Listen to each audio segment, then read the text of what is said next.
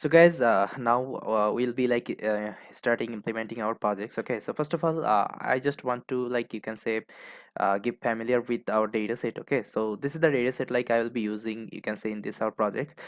So the name of this data set is like book data set. Okay, so like it was a, like, you can say, good data set you can use. So there would be, like, you can say, three CSV file. Okay, because here we'll be, you can say, performing the, you can say, collaborative based filtering technique. We'll have all the information like regarding our projects, like so suppose you can see this is our book ratings. Okay, the ratings information would be here. Then you can say this books information would be there, like suppose the books names. Okay, then the, you can say, author of this book and publisher of these books. Okay, so all that information would be there, and also the user information. Okay, so the user information is like user age and location. Okay, so all the information would be there.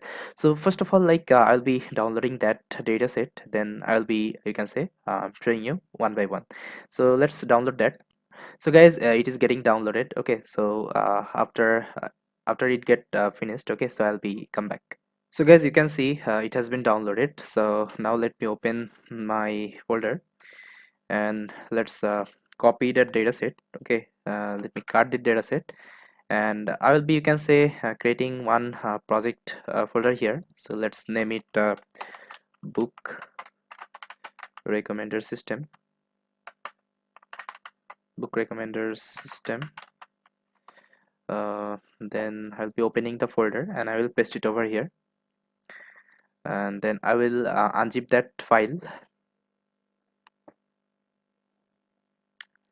and I will get rid of that, it is not required. Then I will change, yeah, this is the data set. I will change the file name here to data.